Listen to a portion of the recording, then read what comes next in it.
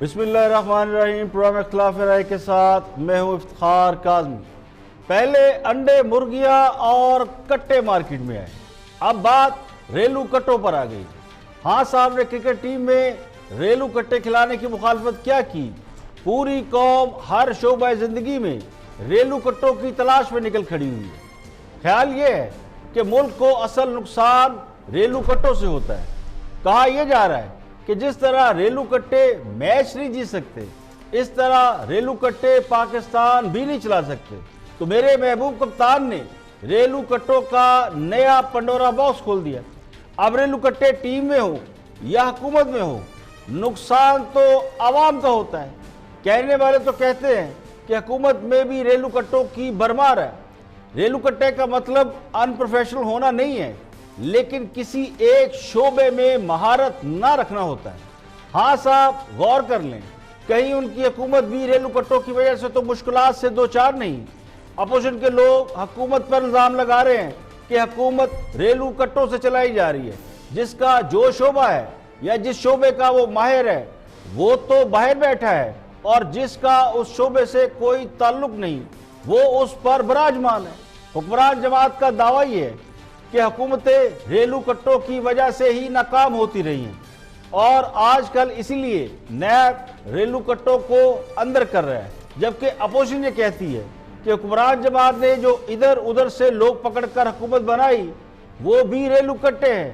اور ریلو کٹوں کے بارے میں گمان یہ بھی ہے کہ انہیں صرف ضرورت پڑنے پر استعمال کیا جاتا ہے، ورنہ وہ باہر بیٹھ کر انتظار کرتا ہے۔ تو بہت سے ریلو کٹے اس وقت باہر بیٹھے اپنی باری کا انتظار بھی کر رہے ہوں گے۔ اگر ماضی پر نظر دوڑائے تو پاکستان کی تاریخ ریلو کٹوں سے بھری ہے۔ اسکندر مرزا سے لے کر محمد خان جنیجو مرحوم اور شوکت عزیز تک ریلو کٹوں کی بھرمار ہے۔ جمہوری نظام میں غیر منتخب افراد ریلو کٹے ہی کہلاتے ہیں۔ اب سوال یہ کہ خان صاحب نے ریلو کٹوں کی جو اصطلاح استعمال کی وہ تو کھیل کے لیے تھی، لیکن کیا یہ اصطلاح اس ملک اور اس کے نظام پر بھی لاگو ہوتی ہے؟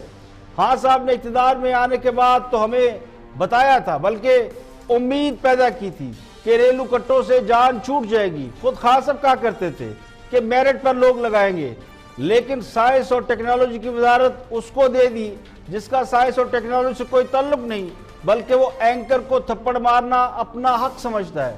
وزیر دفاع وہ ہیں جن کی اپنی صحت قابل رشک ہے، تو وزیر اعلیٰ کا دفاع کرنے کے لیے 40 ترجمان لگائے گئے ہیں۔ تو اگر بندہ ریلو کٹا نہ ہو تو دفاع کرنے کی ضرورت کیا ہے؟ تو میرے محبوب کپتان کو کرکٹ ٹیم میں ریلو کٹوں پر اعتراض ہے، تو پھر عوام کی بھی ان ریلو کٹوں سے جان چھڑا دیں جن کی وجہ سے عوام مشکلات سے دوچار ہے۔ کیونکہ ریلو کٹا کرکٹ ٹیم میں ہو یا حکومت میں ہو، نقصان تو ملک کا ہوتا ہے۔ پروگرام میں اور بھی اہم موضوعات شامل ہیں، دیکھتے ہائی لائٹ۔ بہتر آدمی ہے، لیکن ملک احمد خان نے اکنامک پالیسیز تو نہیں بنائی تھی۔ ملک احمد خان چھوڑ کے گیا تھا پنجاب کو 1100 ارب کے ڈیفیسٹ میں۔ ملک احمد خان 98 ارب کا ڈیفیسٹ چھوڑ کے گیا تھا۔ 56 ارب روپے جو ہے وہ ٹریڈرز کے، اپنا کانٹریکٹرز کے دینے تھے، ان کے 142 مقدمے آج ہم پنجاب میں بھگت رہے ہیں۔ 41 بل جو ہے اس میں پروڈکشن میں کمی آئی ہے اور امپورٹس کے والیوم میں بھی کمی آئی ہے۔ یہ دو ذریعے ہیں جس سے ہم ٹیکس ریونیو اٹھاتے ہیں۔ تو ان چیزوں کو دیکھتے ہوئے آپ کی کوشش یہ ہونی چاہیے تھی کہ آپ مناسب ریونیو میں اضافہ دیکھتے۔ ہمارا اندازہ یہ ہے کہ وہ ساری اپوزیشن کو اکٹھا کرنے کی کوشش کر رہے ہیں، اور آپ کو ایک اور پھر نہیں موجود تھے۔ اچھا آج دیکھیں، آج ان کا خیال یہ تھا، اور کہ شہباز شریف صاحب کا یہ خیال تھا کہ آج کی میٹنگ میں چونکہ ایک کرٹسی کالز ہے، آج کی میٹنگ کو انہوں نے پولیٹیکل میٹنگ نہیں کہا۔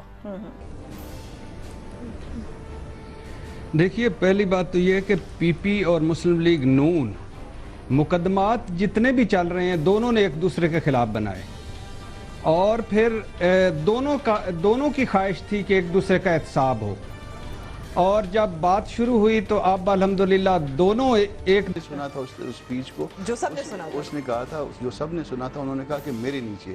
اب جب وہ میرے نیچے والی بات ختم ہو گئی تو اب وہ جج کو اگر وہ کریں گے تو بھی جج کو بھی اگر ریکویسٹ کریں گے، اب ان کو قانون نہیں مل رہا، وہ رات کو آدھی رات کو پتہ نہیں سو کے اٹھے تھے یا سونے والے تھے، جو ان کو جو خواب آیا اور اس خواب کی حالت میں ہو جائے۔ چھوٹے چھوٹے ممالک رہے ہیں کیوبا جیسا، ان کی سپورٹس کے فیلڈ میں اتنی شاندار کارکردگی ہوتی تھی۔ جی جب ایسٹ جرمنی تھا، جب یہ 2 جرمنیز تھے، ایسٹ جرمنی اتنے میڈلز لیتا تھا کیونکہ سپورٹس کی ترویج اور اس کی انکریجمنٹ ایک سٹیٹ پالیسی ہوتی تھی۔ دفاع کے اندر بلو دا بیلٹ نہیں جانا چاہیے اور گفتگو ایسی نہیں فرمانی چاہیے۔ جب آپ ہمارے ساتھ تھے تو اس وقت بھی ہمارے مخالفین کے لیے ایسی زبان استعمال کیا کرتے تھے جو کہ اچھی نہیں لگتی تھی، اور آج بھی آپ ادھر بیٹھ کے جن کے حق میں بولا کرتے تھے ان کے بارے میں ایک دم آپ نے وہی زبان استعمال کرنا۔ اور اب کچھ اہم خبریں آپ سے شیئر کرتے ہیں۔ کراچی کے احتساب عدالت نے اسپیکر سندھ اسمبلی آغا سراج درانی کے خلاف ریفرنس قابل سماعت ہونے سے متعلق فیصلہ محفوظ کر لیا۔ آمدن سے زائد اثاثے بنانے کے الزام میں گرفتار اسپیکر سندھ اسمبلی آغا سراج درانی اور دیگر ملزمان ریفرنس کی سماعت کے موقع پر عدالت میں پیش ہوئے۔ آغا سراج درانی کے وکیل نے موقف اختیار کیا کہ نیب کی جانب سے دائر ریفرنس میں قانونی تقاضے پورے نہیں کیے گئے۔ آغا سراج درانی کو جس تاریخ کو پیش ہونے کا نوٹس دیا گیا اس سے پہلے ہی انہیں گرفتار کر لیا گیا۔ ملزم کے خلاف کوئی ٹھوس شواہد نہیں ہے، نہ ہی ان پر کرپشن کا الزام ہے۔ نیب پراسیکیوٹر نے کہا کہ موصول ہونے والی شکایت کی تصدیق اور چیئرمین نیب کی اجازت کے بعد انکوائری شروع کی گئی۔ مکمل تحقیقات کے بعد چیئرمین نیب نے ریفرنس دائر کرنے کی منظوری دی ہے۔ عدالت نے ریفرنس کے قابل سماعت ہونے یا نہ ہونے سے متعلق فیصلہ محفوظ کرتے ہوئے سماعت 1 جولائی تک ملتوی کر دی۔ اور کراچی میں پولیس اہلکاروں کی ٹارگٹ کلنگ کا ایک اور واقعہ، 2 اہلکار شہید ہو گئے۔ پولیس ٹریننگ سینٹر سعید آباد میں رہائشی کمپلیکس سے ڈیوٹی کے لیے مومن آباد تھانہ جاتے ہوئے اورنگی ٹاؤن نمبر 4 کے قریب 2 اہلکاروں کو نوری چوک پر نشانہ بنایا گیا۔ وقوع کے وقت دونوں اہلکار پولیس کی وردی میں نہیں تھے بلکہ سادہ کپڑوں میں ایک ہی موٹر سائیکل پر سوار تھے۔ شہید کانسٹیبل اللہ دتا اور احمد علی کی بعد ازاں نماز جنازہ بھی ادا کر دی۔ اور ڈالر کی قدر میں مزید اضافہ، 1 روپے 16 پیسے اضافے کے بعد انٹر بینک میں ڈالر 157 روپے کا ہو گیا۔ گزشتہ ہفتے بھی انٹر بینک اور اوپن مارکیٹ میں ڈالر کی قدر میں اضافے کا سلسلہ جاری تھا اور ہفتے کے اختتام پر ڈالر انٹر بینک میں 155 روپے 84 پیسے پر بند ہوا تھا، جو آج 157 روپے سے زیادہ ہو گیا۔ اور ایشیائی ترقیاتی بینک سے 3.4 ارب ڈالر قرض دینے کا معاملہ متضاد ہو گیا۔ ایشیائی ترقیاتی بینک نے وفاقی وزیر کے دعوے کو مسترد کر دیا۔ 2 روز پہلے وفاقی وزیر خسرو مختار نے دعویٰ کیا تھا پاکستان اور ایشیائی ڈیولپمنٹ بینک کے درمیان 3.4 ارب ڈالر قرض کے معاہدے پر دستخط ہو گئے ہیں۔ وزارت خزانہ نے وزیر اعظم عمران خان کو آگاہ کر دیا۔ خسرو مختار کے دعوے کے بعد مشیر خزانہ ڈاکٹر عبدالحفیظ شیخ نے ٹویٹ کیا تھا کہ ایشیائی ترقیاتی بینک پاکستان کو 3.4 ارب ڈالر قرض دے گا۔ بینک بجٹ سپورٹ کے طور پر 3.4 ارب ڈالر مہیا کرے گا۔ 2.2 ارب ڈالر نئے مالی سال میں ملیں گے۔ اس بیان کے بعد اے ڈی بی پی نے وضاحت جاری کرتے ہوئے کہا کہ بجٹ سپورٹ پروگرام پر پاکستان کے ساتھ بات چیت ضرور جاری ہے۔ پاکستان کو ایشیائی ترقیاتی بینک ادائیگی بہتر کرنے کے ضمن میں معاونت دے سکتا ہے، لیکن ایشیائی ترقیاتی بینک جب تک بورڈ منظوری نہیں دے گا اس وقت تک پاکستان کو یہ رقم نہیں دے گا۔ ذرائع کے مطابق آئی ایم ایف کی جانب سے 3 جولائی کو 6 ارب ڈالر کے بیل آؤٹ پیکج کی منظوری تک ورلڈ بینک اور اے ڈی بی پی پاکستان کو کوئی قرض فراہم نہیں کرے گا۔ اور الیکشن کمیشن نے مریم نواز کو مسلم لیگ نون کی نائب صدارت سے ہٹانے کی درخواست پر مسلم لیگ نون سے جواب مانگ لیا۔ نون لیگ اور مریم نواز کے وکیل نے الیکشن کمیشن سے درخواست کی کاپی طلب کرتے ہوئے کہا کہ انہیں تاحال پٹیشن کی کاپی ہی نہیں ملی، جب کاپی ملے گی تو جواب جمع کرائیں گے۔ الیکشن کمیشن نے نون لیگ کے وکلاء کو کاپی فراہم کرنے کی ہدایت کرتے ہوئے 25 جون تک سماعت ملتوی کر دی۔ حمزہ شہباز اور سلمان شہباز کے ساتھ کاروبار کرنے والے مشتاق چینی نے اپنا بیان ریکارڈ کرا دیا۔ مشتاق چینی نے مجسٹریٹ کو ریکارڈ کرائے گئے بیان میں کہا کہ سلیمان شہباز نے ٹرانزیکشن کو قانونی بنانے کے لیے 2 فرضی معاہدے کیے، ایک معاہدہ میرے اور دوسرا میرے بیٹے کے ساتھ کیا گیا۔ معاہدے کے مطابق سلیمان شہباز کو 61 کروڑ قرض دیا گیا۔ دونوں معاہدے فرضی تھے جن کا حقیقت سے کوئی تعلق نہیں۔ سلیمان شہباز نے 10 کروڑ ہماری کمپنی کے اکاؤنٹ میں ٹرانسفر کیے ہم پیسہ وائٹ ہو جانے کے لالچ میں کام کرتے رہے. میں نے بینک میں متعدد بینکوں میں اکاؤنٹ کھلوائے. مشتاق اینڈ کمپنی کے اکاؤنٹ میں بھی 2,93,00,000 روپے بیرون ملک سے ٹی ٹی لگوائی گئی. میرے اکاؤنٹ میں رقم سلیمان شہباز کے سی ایف او نے بھجوائی جس سے کوئی تعلق نہیں. سلیمان شہباز کے ملازم سید طاہر نقوی کے نام پر کمپنی بنائی گئی. کمپنی سے 10 کروڑ بذریعہ چیک پہلے میری کمپنی میں منتقل کیے گئے. 10 کروڑ کے چیک سلیمان شہباز نے کاٹ کر عثمان کے حوالے کر دیے. میری کمپنی کے اکاؤنٹ میں ٹی ٹی کے ذریعے 50 کروڑ روپے سلیمان شہباز کے ملازم طاہر نقوی کی کمپنی سے ٹرانسفر ہوئے. مشتاق چینی نے مزید کہا کہ مجھے اپنے گناہ کا احساس ہے. قانون کی مدد کے لیے تمام حقائق پر سے پردہ اٹھا دیا. مجھ سے جرم سرزد ہوا ہے, معافی دے دی جائے. عدالت نے مشتاق چینی کو 1 جولائی تک جوڈیشل ریمانڈ کے لیے جیل بھیج دیا. مشتاق چینی سلیمان شہباز اور حمزہ شہباز کے خلاف مبینہ طور پر وعدہ معاف گواہ بن چکے ہیں. اور اب کچھ بات کہتے ہیں پاکستان اور بھارت کے درمیان ورلڈ کپ کے اس میچ کی. پاکستان ٹیم ورلڈ کپ میں بھارت سے کیا ہاری؟ ٹیم پر اور کھلاڑیوں پر لان تان شروع ہو گئی. ٹورنامنٹ ابھی درمیان میں بھی نہیں پہنچا کہ خبریں گردش کر رہی ہے کہ پاکستان کی کرکٹ ٹیم میں بہت سی تبدیلیوں کا فیصلہ کر لیا گیا. ورلڈ کپ میں بھارت کے ہاتھوں شکست کے بعد پاکستان ٹیم، سلیکٹرز اور کوچ کی تبدیلی پر بہت زیادہ بحث شروع ہو گئی ہے. لیکن پی سی بی ترجمان نے جیو نیوز کو بتایا کہ سب کی کارکردگی کا جائزہ اور تبدیلیوں کا فیصلہ ورلڈ کپ کے بعد ہی ہوگا.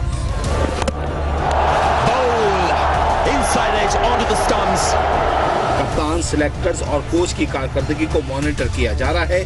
جائزہ ورلڈ کپ کے بعد دیا جائے گا. جلد بازی میں کوئی فیصلہ نہیں ہوگا. پاکستان ٹیم کا اگلا اسائنمنٹ سپٹمبر اکتوبر میں ہے. سوچ سمجھ کر فیصلے کیے جائیں گے. دوران ٹورنامنٹ کارکردگی کی بنیاد پر فیصلے نہیں ہو سکتے. شیشہ کیفے کی ویڈیو پر بھی پی سی بی نے وضاحت کی. کسی کھلاڑی نے کرفیو ٹائمنگ کی خلاف ورزی نہیں کی. کھلاڑی فیملیز کے ساتھ مینجمنٹ کی اجازت لے کر گئے. میچ کی رات سب کھلاڑی وقت پر ہوٹل میں موجود تھے. جو ویڈیو اور تصاویر سوشل میڈیا پر وائرل ہیں وہ میچ سے 2 روز پہلے کی ہیں. سوال یہ کہ کیا پاکستان کی ٹیم ورلڈ کپ سے باہر ہو گئی؟ اعداد و شمار کے مطابق پاکستان کی ٹیم ابھی ورلڈ کپ سے مکمل طور پر باہر نہیں ہوئی. کرکٹ اتفاقات کا کھیل ہے. 92 میں بھی ہم اتفاق سے سیمی فائنل میں پہنچے تھے. تو کیا معلوم کہ اس بار ورلڈ کپ میں اگلے 4 میچ جیت کر ہم سیمی فائنل کے لیے کوالیفائی کر گئے. یہ وہی پاکستانی ٹیم ہے جس نے چیمپئن ٹرافی کا تحفہ پاکستان کو دیا اور فائنل میں بھارت کو عبرتناک شکست دی تھی. اس ورلڈ کپ میں ہم نے ٹورنامنٹ کی سب سے مضبوط اور فیورٹ ٹیم انگلینڈ کو بھی شکست دی ہے. نیوزی لینڈ کے علاوہ تمام میچ آگے آسان ہیں. جنوبی افریقہ کی ٹیم ایک سخت حریف ہے لیکن وہ بھی مسلسل شکست سے 2-4 ہو رہی ہے. ٹیم کو سب سے زیادہ تنقید کا اس لیے سامنا ہے کہ خود حکومت اس میں انوالو نظر آتی ہے. وزیر اعظم جناب عمران خان صاحب نے سرفراز نواز کو مشورہ دیا تھا کہ وہ ٹاس جیت کر بیٹنگ کریں اور ریلو کٹے نہ کھلائیں. اب یہ مشورہ خان صاحب نے ایک ٹویٹ کے ذریعے دیا تھا. جس طرح سیاسی حکومت ٹویٹ کے ذریعے چلائی گئی اسی طرح ٹویٹ کے ذریعے کپتان کو پیغام دیا گیا. اب کیا خان صاحب کو یہ نہیں معلوم کہ جب ورلڈ کپ جیسے بڑے ٹورنامنٹ ہوتے ہیں تو کھلاڑی اور مینجمنٹ خود کو میڈیا سے دور کر لیتے ہیں؟ ہو سکتا ہے وزیر اعظم کے مشورے ٹیم مینجمنٹ کی نگاہ سے نہ گزرے ہوں. تو اس میں کوئی شک نہیں کہ اس بار سرفراز کی باڈی لینگویج کچھ زیادہ اچھی نہیں ہے. وہ تھکے تھکے محسوس ہو رہے ہیں اور ٹیم خود کو کچھ زیادہ ہی ریلیکس کر رہی ہے. اس لیے کھلاڑیوں کی رات گئے ہوٹلنگ کی تصاویر بھی سوشل میڈیا پر گردش کر رہی ہیں جن میں کھلاڑیوں کو شیشے کا استعمال کرتے ہوئے پایا گیا, یعنی شیشہ حقہ پیتے پایا گیا. ان کی کارکردگی میچ میں انتہائی خراب نظر آئی جو اس تصویر میں نظر آئے. اس کے باوجود میری ذاتی رائے یہ ہے کہ ٹورنامنٹ کے دوران ٹیم کے مستقبل کے حوالے سے کوئی بیان جاری نہیں ہونا چاہیے. اس وقت ٹیم کا مورال ڈاؤن ہے جسے اوپر لانا چاہیے. اگلے 4 میچ اہم ہیں. جو ہم جیت گئے تو کم بیک کر سکتے ہیں. باقی ٹیمیں بھی میچ ہار سکتی ہیں, موسم بھی بار بار وہاں پہ ڈسٹرب کر رہا ہے, بارش بھی ہو سکتی ہے, تو ابھی پاکستان کا چانس باقی ہے. وزیر اعظم کو سرفراز کے ساتھ براہ راست بات کرنا چاہیے, نہ کہ ٹویٹ پر مشورہ دیتے. پوری قوم ٹیم کی ہمت بندھائے اور بجائے اس کے کہ ٹی وی میں بیٹھ کر ہم بھارت سے شکست کا ماتم کریں, پوری قوم کے جذبات پر پٹرول چھڑکیں. ہمیں امید یہ کرنا چاہیے کہ ٹیم ورلڈ کپ میں کم بیک کرے گی. یہاں پہ ایک بریک لیتے ہیں اور بریک کے بعد جب واپس آئیں گے اور بھی ہم موضوعات آپ کے ساتھ شیئر کریں گے. ہمارے ساتھ رہیے. Welcome back. آپ دیکھ رہے ہیں پروگرام اختلاف رائے اور میں افتخار کاظمی. آگے بڑھتے ہیں اور کچھ سیاسی معاملات سے بات کرتے ہیں. وزیر اعلیٰ پنجاب کے ترجمان ہیں شہباز گل, گفتگو کر رہے ہیں. اعتراض یہ ہے میں اور اکانومی پہ ڈیبیٹ ہو رہی ہے. سابق ترجمان پنجاب حکومت ملک احمد خان کے ساتھ. Watch this. بہتر آدمی ہے, لیکن ملک احمد خان نے اکنامک پالیسیز تو نہیں بنائی تھی. ملک احمد خان چھوڑ کے گیا تھا پنجاب کو 1100 ارب کے ڈیفیسٹ میں. ملک احمد خان 98 ارب کا ڈیفیسٹ چھوڑ کے گیا تھا. 56 ارب روپے جو ہے وہ ٹریڈرز کے اپنا کانٹریکٹرز کے دینے تھے, ان کے 142 مقدمے آج ہم پنجاب میں بھگت رہے ہیں. 41 بلین کی آپ کی اسٹیٹ بینک کی لائن آپ نے ایکسٹرا ایکسٹینڈ کی ہوئی تھی, وہ پے کرنے. صوبہ مقروض, ملک مقروض, صرف اکنامک گروتھ ہے جی, اکنامک گروتھ ہے. آپ گوگل کر لیں, صرف کوئی بندہ کر لے, ملک صاحب نے اس میں 25 چیزیں ایڈ کر دی. آج ہر بندے کے گھر میں کمپیوٹر ہے یا فون ہے, ہر بندے کے مین کے زیادہ تر لوگوں کے, ہر ایک کے تو ڈیفینیٹلی نہیں ہے. آپ گوگل کر لیں, اس میں صرف لکھیں کہ اکنامک گروتھ کیا ہوتی ہے, 4 لائنوں میں ایکسپلین ہے کہ اکنامک گروتھ کیا ہوتی ہے. جب بھی کہیں پہ پروڈکشن زیادہ ہوتی ہے کسی اکانومی میں, وہ اکنامک گروتھ ہوتی ہے. اٹ ڈزنٹ مین کہ پروڈکشن زیادہ ہوتی ہے تو آپ کا کنٹری امیر بھی ہو رہا ہے. اٹ ڈزنٹ مین کہ وہ سالڈ آپ کی اکنامک مسل بن رہے ہیں. وہ تو قرضہ لے کے بھی آپ کر سکتے ہیں, آپ اسے یوز کیسے کرتے ہیں, اکنامکلی وائبل کیسے ہے وہ پروجیکٹ, وہ باتیں بالکل لوٹ کے کھا گئے یہ. اور اب ان کو اس کمیشن کا ڈر ہے, وہ کمیشن بالکل بنے گا, ان کا اب احتساب ہوگا. جو یہاں سے مال کھایا گیا رمضان شوگر مل کے, محمد مقصود کے مبینہ طور پر 3 ارب 30 کروڑ کی اس کے اکاؤنٹ سے ٹیٹیاں لگتی ہیں. یہ جو حمزہ صاحب ہیں, ٹی ٹی شریف, جو آج باتیں اور کر رہے ہیں اکانومی کی, آ کے آج بتاتے ہیں کہ پنجاب کے بجٹ میں ساؤتھ پنجاب کا حصہ نہیں رکھا گیا. ساؤتھ پنجاب کی 32% آبادی ہے, 28% اس کو ٹیکس دینے کا ایک طے کیا ہوا تھا. کوئی ہارڈ اینڈ فاسٹ نہیں, لیکن ایک طے کیا ہوا تھا رول. انہوں نے یہ اس کو دیتے تھے پیسہ, اس کے بعد واپس چوری کر لیتے تھے ساؤتھ پنجاب سے. 12, 13, 14% لگتا تھا. آخری سال کیونکہ الیکشن کا سال تھا, 17% وہاں پہ انہوں نے خرچ کیا. ہم نے اسے 35% رکھا. ہم نے ساؤتھ پنجاب میں اس ٹائم ہم 2 صنعتی زون بنا رہے ہیں. ہم نے وہاں پر اس ٹائم ہم ہاسپٹلز بنا رہے ہیں, 5 ہاسپٹل پورے پنجاب میں بنا رہے ہیں. یہ ہے وہ چیزیں جہاں پہ آپ نے مجھے یہ بتائیں کہ ڈاکٹر رکھا, نہ ٹیچرز رکھے, صرف دکھاوے والے پروجیکٹ یہ کرتے تھے. اور آج میں ان میں ہمت ہے کہ یہ بیٹھ کے کہتے ہیں ہم سے اکانومی. اور بھائی جو میٹرک سے فیل ہو جائے یہ بندہ, اس کے ساتھ بیٹھ کے آپ اس سے میٹرک کے پیپر چیک کروائیں گے. آپ ہوتے کون ہیں کہ آپ کے ساتھ بیٹھ کے اکانومی پہ بات کی جائے؟ وہ جو صوبے کو 1100 ارب میں چھوڑ کے گئے, وہ جو ملک کو 31 ارب کے میٹرک میں فیل ہو گئے. چلے مان لیتے ہیں کہ سابقہ حکومت ناکام تھی, حکمران میٹرک فیل تھے, اور اب جو حکومت آئی ہے یہ سارے اکانومسٹ ہیں, MBA کر کے آئے ہیں, پڑھے لکھے لوگ ہیں. تو انہوں نے کیا گل کھلائے ہیں جن سے نہ روپیہ سنبھل رہا ہے, نہ افراط زر کنٹرول ہو رہا ہے, نہ یہ مہنگائی بڑھنے سے روک پا رہے ہیں, نہ لوگوں کو بے روزگار ہونے سے بچا رہے ہیں, نہ گروتھ ریٹ میں کمی کو روک پا رہے ہیں. تو دوسروں کو میٹرک فیل ہونے کے تانے دے کر اتنی قابلیت بھی نہیں دکھا رہے جتنی پرائمری اسکول کے بچے کی ہوتی ہے. دیکھیں کوئی بھی عقل کل نہیں ہوتا, اور غلطیاں انسانوں سے ہوتی ہیں, لیکن تکبر انسان کو تباہ کر دیتا ہے, بلکہ قوموں کو تباہ کر دیتا ہے. غلطیوں سے سبق سیکھا جاتا ہے. تو اپوزیشن کو چھوڑیں, انہیں اگر حکمران جماعت یا حکومت حساب نہیں دینا چاہتی تو نہ دیں, لیکن ان کو تو حساب دیں, ان کو تو جواب دیں جنہوں نے آپ کو ووٹ دیے, جو آپ کو اقتدار میں لے کے آئے ہیں. انہیں جواب دیں کہ اچھی بھلی چلتی ہوئی معیشت کا ستیہ ناش کیوں کیا گیا. 1 سال میں سوائے پچھلوں کا رونا رونے کے علاوہ کون سا کام کیا گیا, اور ایسے کون سے کام کر لیے گئے ہیں جس کے لیے ہم نے 40 ترجمان رکھ لیے ہیں. تو کوئی ایک کام بتا دے. اور رویہ یہ ہے کہ کسی کو منہ لگانے کو تیار نہیں. قصور ان کا بھی نہیں ہے, انہیں تنہائی اسی کام کی ملتی ہے کہ جانے والوں کی جان کو روتے رہیں اور اتنا جھوٹ بول لیں کہ سچ دکھائی نہ دے. آگے بڑھتے ہیں اور رپورٹ کارڈ میں گفتگو کر رہے ہیں حفیظ اللہ نیازی، اور حفیظ اللہ نیازی صاحب ایک تھیوری پیش کر رہے ہیں. ان کا خیال یہ ہے کہ حکومت اتنی غلطیاں کر نہیں رہی، ان سے کرائی جا رہی. تجزیہ سنتے ہیں حفیظ اللہ نیازی کا. یہ میاں صاحب بہت زیرک سیاستدان ہیں اور جہاں دیدہ ہیں. ظاہر ہے کہ 30-35 سال سے سختیاں بھی کئی دفعہ دیکھ چکے ہیں اور اقتدار بھی دیکھ چکے ہیں. انعامات بھی ان کو بڑے مل چکے ہیں اور سزائیں بھی ان کو بڑی مل چکی ہیں. پھانسی کی سزا تو ان کو مل چکی ہے میاں صاحب کو. قلعہ میں تو وہ رہ چکے ہیں. قیامت ٹوٹ چکے ہیں. 93 میں 94 میں جب ان کو ہٹا کے بے نظیر کو لایا گیا تھا تو کیا نہیں ان کو والد صاحب سے لے کے ان کو گھسیٹا جا رہا تھا. شہباز شریف، عباس شریف، سارا خاندان اندر تھا. تو اس کے لیے ان کا جو تجربہ ہے اس کے مطابق وہ جو بات کر رہے ہیں وہ سیدھا کہہ رہے ہیں کہ اس کے لیے کوئی آپ کو ذائقہ نہیں بنانا، نجومی ہونا ضروری نہیں ہے، پیر تصفہ پیر بننا ضروری نہیں ہے. یہ عام سی بات ہے. کوئی بھی سیاسی شعور رکھنے والا بندہ جانتا ہے کہ یہ حکومت جو چور چور ہے اپنے اس میں. میرے پیارے امزاد بھائی عمران خان کے ساتھ مجھے لگتا ہے عرصہ ہاتھ ہو چکا ہے.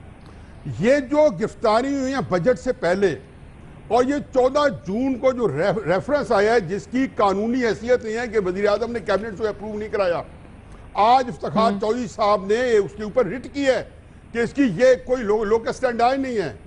تو اس ریفرنس اور بابر صاحب اور ریما زیادہ روشنی ڈالیں گے اس ریفرنس کے اوپر مجھے لگتا ہے یہ ہے کہ اس بجٹ جو عجیب الحیت اور عجیب القسم کا بجٹ آیا ہے اس کے بعد جو کچھ ہے ان کے اوپر اب جو موومنٹ چل رہی ہے ان کے خلاف چل رہی ہے. ایک بات میری ذہن میں رکھیں کہ اقتدار دینا، اقتدار سے اتارنا نواز شریف کو یا کسیوں کو سب سے آسان ترین کام ہے. ایک گولی اکبر بگٹی کا کام دکھا گئی تھی. 50s میں ہم نے سارے بلوچی لیڈر اندر کیے ہوئے تھے. ہم نے مجیب الرحمان کو جولائی 1971 میں موت کی سزا دے دی تھی. لیکن اقتدار چلوانا اس کے بعد اقتدار سے کوئی اس کو کس جمل لگانا اس کے لیے بالکل فرق سائنس ہے. یہ آپ دیکھ لیں کہ وہی سائنس کے کرشمے ہیں کہ عمران خان صاحب جو ہیں وہ بیچارے اپنے وزن میں کولیپس کرتے جا رہے ہیں. عملاً ایک بات ہے جو میں بتا کنکلوڈ کرنے دے ایک فکرہ کہ میں آپ کو حقیقت یقین دلاتا ہوں کہ یہ جو ساری چیزیں ہو رہی ہیں مجھے لگتا ہے کہ ان کو رخصت کروانے کا یا آپ کے سوال سے متعلق ان کو رخصت کروانے کے بندوبست ہو رہے ہیں. ہم کو بیوقوف نہیں ہے، ذائقہ نہیں چاہیے. یہ سارا کچھ ہوگا. سارا ملبہ میرے بیچارے معصوم امزاد بھائی کے اوپر پڑے گا اور ان کے خلاف تحریکیں چلیں گی، کیس ان کے خلاف ہوں گے. دیکھیں یہ بڑا اہم سوال ہے کہ حکومت نے ایک ساتھ اتنے محاذ کیوں کھول رکھے ہیں اور بیک وقت اتنے محاذ کھولنے سے حکومت اپنے لیے خطرات کیوں پیدا کر رہی ہے. ایسی حکومت جو چند اتحادیوں کے سر پر کھڑی ہے، یعنی اتحادی الگ ہو جائے تو حکومت کے لیے اپنا وجود برقرار رکھنا مشکل ہو جائے. حکومت کے پاس کوئی بڑی اکثریت نہیں، بڑا مینڈیٹ بھی نہیں. وہ حکومت غیر مقبول فیصلے کیوں کر رہے ہیں؟ ایسی حکومت کو تو مقبول فیصلے کرنے چاہیے، لیکن غیر مقبول فیصلے کر کے اپنی مقبولیت اور اقتدار کے پاؤں پر کلاڑی کیوں مار رہی ہے؟ بعض ماہرین کا خیال یہ ہے کہ حکومت خود سے یہ غلطیاں نہیں کر رہی بلکہ ان سے غلطیاں کرائی جا رہی ہیں تاکہ انہیں رخصت کیا جا سکے، لوگوں کو سڑکوں پر نکال کر حکومت کو گھر بھیجا جا سکے. اب سوال یہ ہے کہ اشارہ کن قوتوں کی طرف ہے؟ کون غلطیاں کرا رہا ہے؟ حکومت کو رخصت کر کے اپوزیشن کی کسی جماعت کو اقتدار سونپ دیا جائے ایسا بھی فی الحال نظر نہیں آتا. تو بین السطور میں یہ بات کہنے کی کوشش کی جا رہی ہے کہ اگر حکمران جماعت اسی طرح غلطیاں کرتی رہی تو ان کو گھر بھیج دیا جائے گا اور جمہوریت کا جن کچھ عرصے کے لیے بوتل میں بند ہو جائے گا. تو بعض نظر میں اس بات کا امکان بہت کم ہے کہ کوئی تیسری قوت اقتدار سنبھالے، کیونکہ اکانومی اچھی نہیں ہے، معیشت کی حالت اچھی نہیں ہے. لیکن حکومت جو بلنڈر کر رہی ہے اس سے حکومت کی مقبولیت میں کمی ضرور آ رہی ہے. آگے بڑھتے ہیں اور اپوزیشن کی اے پی سی کے حوالے سے بات کرتے ہیں. کل مریم نواز اور بلاول بھٹو کی جاتی عمرہ میں ملاقات ہوئی اور اس کے بعد